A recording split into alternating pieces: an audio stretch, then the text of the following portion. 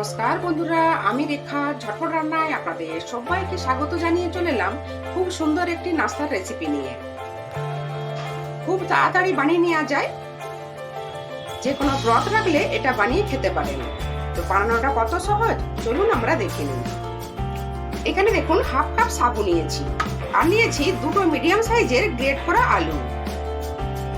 এটা কিন্তু কাঁচা আলু, এইভাবে গ্রেট করে নিয়েছি আর খুব ভালোভাবে ধুয়ে পরিষ্কার করে নিয়েছি।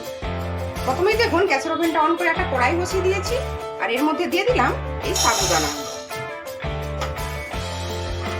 লো ফ্লেমে 3-4 মিনিট ভেজে নেব। দেখুন 3-4 মিনিট লো ফ্লেমে ভেজে নিয়েছি। এবার একটা পাত্রে নামিয়ে ঠান্ডা করে নেব, তারপর একটা মিক্সি জারের মধ্যে দিয়ে গুঁড়ো করে নেব। আমি এখানে মোটা দানা সাবুদানাটা নিয়েছি, আপনারা চাইলে সরু দানাটাও নিতে পারেন। দেখুন সাবুদানাটা গুঁড়ো করে নিয়েছি আর মিক্সিং বোলের মধ্যে দিয়ে দিলাম। দেখতে পাচ্ছেন এইভাবে গুঁড়ো করে নিয়েছি। এইবার এর মধ্যে বাকি উপকরণগুলো দিয়ে দেব। গ্রেট করা আলুটা দিয়ে দিলাম।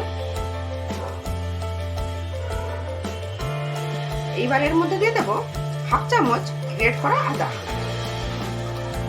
4-5টা কাঁচা লঙ্কা কুচি, সামান্য গোলমরিচ গুঁড়ো, হাফ চামচ গোটা জিরা, কিছুটা ধনেপাতা কুচি।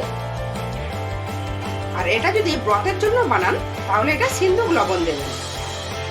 আমি সিন্দুক লবণ দিলাম, আপনারা প্লেন লবণও দিতে পারেন। স্বাদ মতো লবণটা দিয়ে দিলাম। এবার সবকিছু খুব ভালোভাবে মিক্স করে নেব। দেখুন এইভাবে মেখে নিয়েছি। যদি জলের প্রয়োজন হয় তাহলে সামান্য দিতে পারেন। আমি কিন্তু এতে কোনো জল ব্যবহার করিনি। এবার এটা ঢেকে 10 মিনিট রেস্টে রেখে দেব। দেখুন 10 মিনিট আমাদের হয়ে গেছে। হাতের মধ্যে একটু তেল লাগিয়ে নিয়েছি। এবার এর মধ্যে থেকে কিছুটা করে নেব, যে যার পছন্দ মতো একটা শেপ দিয়ে দিতে পারেন।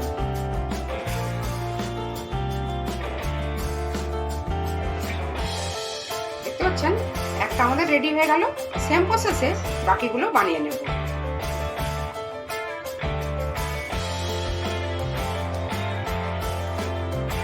আমাদের রেডি হয়ে গেল। এইবার ভাজার পালা। কিন্তু এইরকম অবস্থায় যে কোনো এয়ারটাইট কন্টেনারের মধ্যে 1 সপ্তাহ পর্যন্ত স্টোর করে রাখতে পারেন ফ্রিজের মধ্যে। যখনই ইচ্ছে হবে তখনই খেতে পারেন। দেখুন গ্যাসের ওভেনটা অন করে একটা কড়াই বসিয়ে দিয়েছি, আর এর মধ্যে পরিমাণ মতো রিফাইন তেল দিয়েছি। তেলটা আমাদের খুব ভালো মতো গরম হয়ে গেছে। এবার এই গরম তেলের মধ্যে দিয়ে দেবো একটা করে। দেখুন একটা ব্যাচ দিয়ে দিয়েছি। উল্টে পাল্টে হালকা লাল করে ভেজে নেব। দেখুন সুন্দর একটা কালার এসে গেছে। গ্যাসের ফ্লেমটা কিন্তু এই সময় মিডিয়ামে রাখা আছে। এবার একটা পাত্রে তুলে নেব। দেখতে পাচ্ছেন দেখতে কতটা সুন্দর হয়েছে, খেতেও কিন্তু খুবই টেস্টি হয়। আপনারা অবশ্যই একবার বাড়িতে ট্রাই করবেন।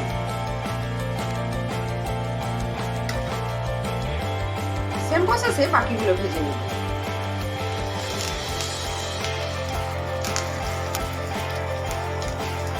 এগুলো আমাদের রেডি হয়ে গেল, তুলে নেব। দেখুন সবগুলো আমাদের রেডি হয়ে গেল। দেখতেই পেলেন বানানোটা আমাদের কত সহজ। একটা আপনাদের ভেঙেও দেখিয়ে দিচ্ছি।